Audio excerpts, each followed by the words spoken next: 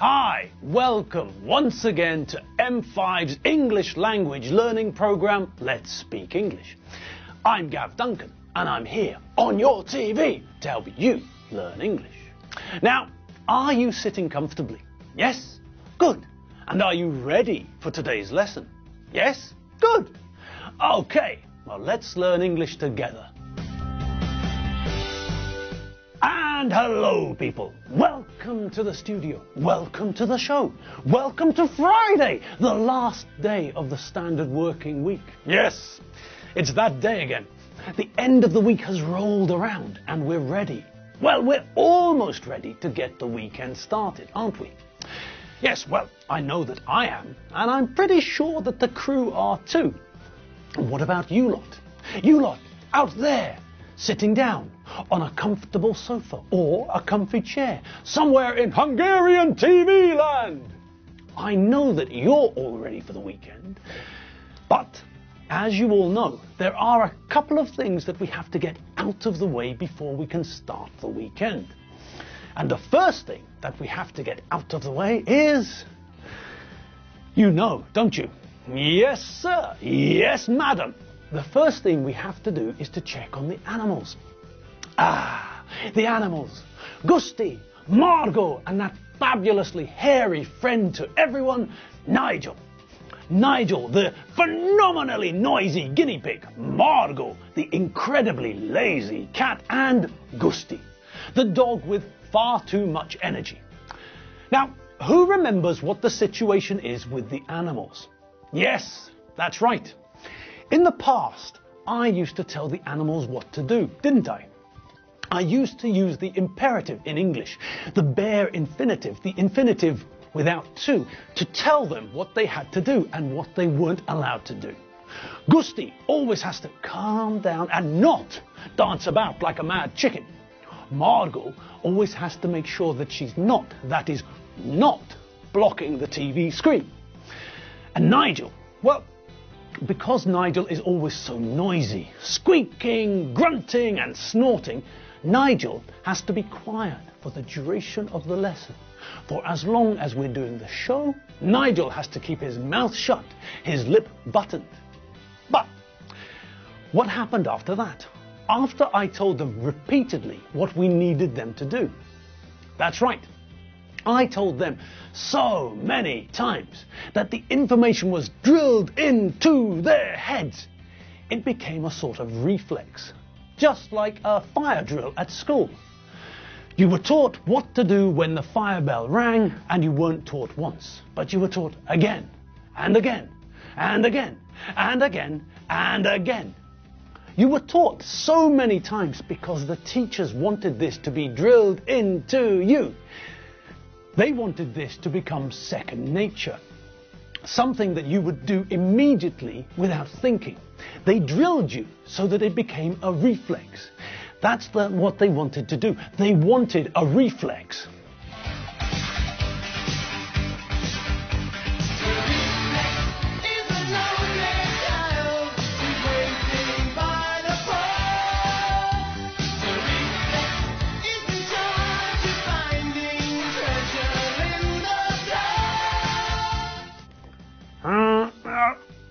I'm not sure that that's the reflex they were thinking of. A reflex is a reaction which you don't think about. Do you remember when you went to the doctor when you were young? Well, one of the things that the doctor did was test your reflexes. Now, when the doctor tested your reflexes, he or she was testing your physical reflexes to make sure that your body was working correctly. To test the reflexes in your legs, for example, the doctor tells you to sit with your legs crossed, one leg crossed over the other, like this.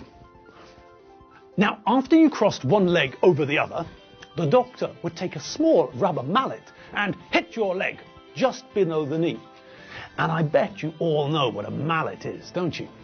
Yes, that's right. A mallet is a sort of hammer. Most hammers are very hard, made of very tough, strong metal, like steel. But a mallet is different. The head of a mallet is normally made of wood or plastic or rubber. And when you hit something with a mallet, you don't normally damage the thing you hit. Some mallets are used to make music, like this one. A percussionist uses a mallet like this one to hit an instrument and make some music. Some mallets are useful when you're trying to put up a tent. You can use this mallet to hit the tent peg so that the tent peg is driven into the ground.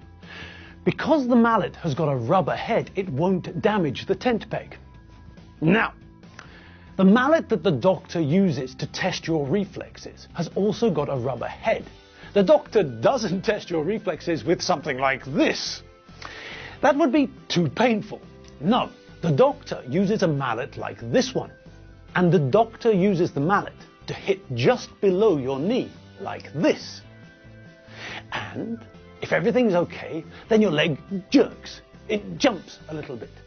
And it does this without you thinking about it. You don't have to think, I want to make my leg jump a little bit.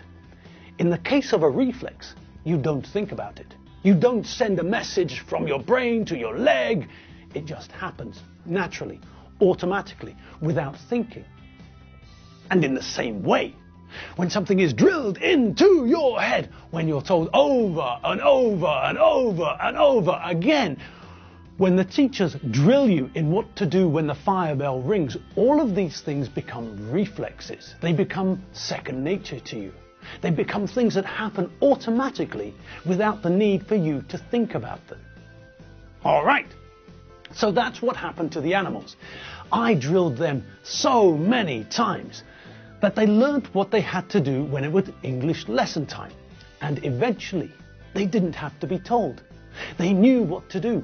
They'd learned it, and their behavior had become a reflex. And that's when we handed over the animals into the care of Ivan Pavlov, the famous classical psychologist. And Ivan and his team, Yuri and the others, continued to teach the animals and learn from them too. Now, where's Ivan now? Yes, that's correct. This week, as we heard from Yuri, Ivan is on holiday in Siberia. Look, he sent us a postcard, a special talking postcard. Dear Gav, I am having a wonderful time here in Siberia. So far there have been no problems. Well, apart from the fact that my tent fell into a big hole earlier this week. I will be back later this week. Send my love to the animals. I miss them. See you on Monday, Ivan. Oh, well, that's good news, isn't it? Well, mostly good news. I mean, losing your tent in a big hole in Siberia isn't good news. But hopefully Ivan had a spare tent with him. All right, so we heard that Ivan misses the animals. And we know that the animals missed him at the start of the week, when Ivan's replacement, John B. Watson, stood in for him while he was on holiday. Now, John B. and the animals got off on the wrong foot, didn't they? I don't think you've heard that phrase, have you? To get off on the wrong foot means that you made a bad start. Imagine you went to work at a new job, and on your first day you crashed your car into the boss's car. Then you broke the coffee machine. Then you forgot to unplug the photocopier and it blew up. After a day like that, you could say, I got off on the wrong foot at my new job. So when John B. first met the animals, there was a bit of tension, wasn't there? John B.'s attitude was, well, it wasn't a very positive attitude. It wasn't very respectful, was it? He called the animals names. He wasn't interested in being a good friend to the animals. But, thankfully, all of that changed. John B. got to know the animals, and now they're getting along like a house on fire. You're great friends now, aren't you, John B.? Well, Gav, what you said is true. The animals and I are extremely good friends. I'm going to buy them all some toys when my work here is done. Good. Well, that's good to hear. That means that next time the next time when Ivan takes a holiday, we'll be able to ask John B to come back and babysit the animals. Great! All right, so we know it's Friday. We know what a reflex is.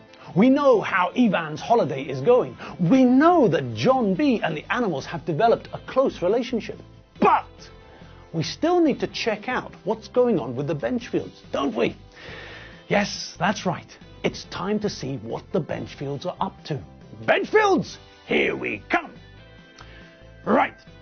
Now, the last time we saw the Benchfields, we were talking about the fact that Lizzie is suspicious of Eddie Finn because she thinks he's suspicious. Lizzie and Tim were looking for the rest of the family, and Alfredo was looking for Tim and Lizzie.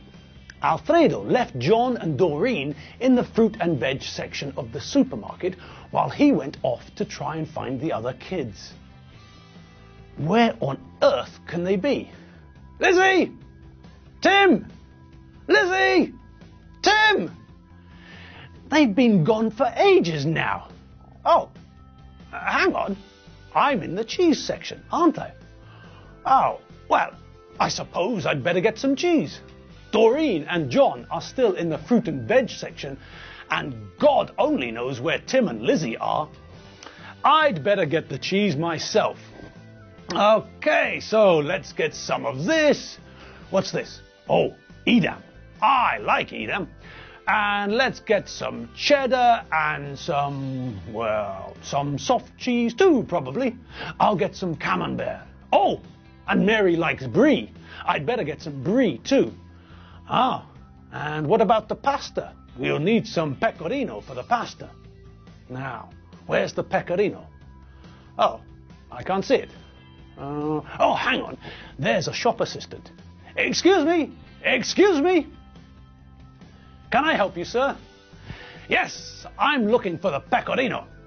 Well, I can't help you with that, sir. I don't work in this section. I'm just coming back from my break. I'm walking through the cheese section to get to the wines and spirits section. That's where I work. God give me strength. Well, where's the cheese person? There must be someone here who can help me. I don't know. If you want to wait here, I can try and find someone to help you. Yes, thanks. That's a good idea. Where is he? Where is he? Where is he? Here I am, sir. And did you bring someone from the cheese section to help me? No. Sorry. I looked, but I didn't find anyone. Oh, for the love of God. What sort of a supermarket is this? I brought you a basket, though. A basket? A basket? Why did you bring me a basket? I wanted pecorino, not a basket. Well, I thought you need a basket. You can't see where you're going with your arms full of all of that cheese. Listen to me, young man. I am perfectly in control of the situation. Look out! Clean up on aisle 13.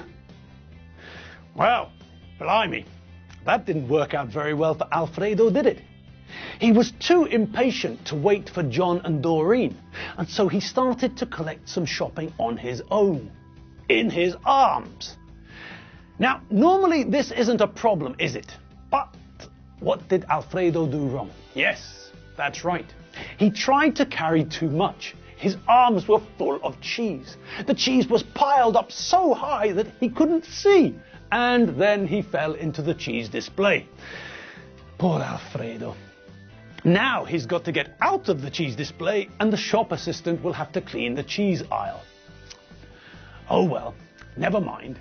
Let's hope that Alfredo manages to find the rest of the family and finish the shopping. As for us, well, it's time for us to leave you for the weekend. Yes, it's time for everyone to jump into the shower, wash and scrub, and then jump out when we don't smell like a dinosaur's armpit. So, hit the shower and then have a great night and a fantastic weekend. Have as much fun as you can handle. And remember, if you're going shopping, get a trolley, get a basket, and don't try to carry too much cheese. All right, people. Have fun, and remember to enjoy yourselves. See you on Monday, and, you know, www.m5tv.hu. See you later. Bye.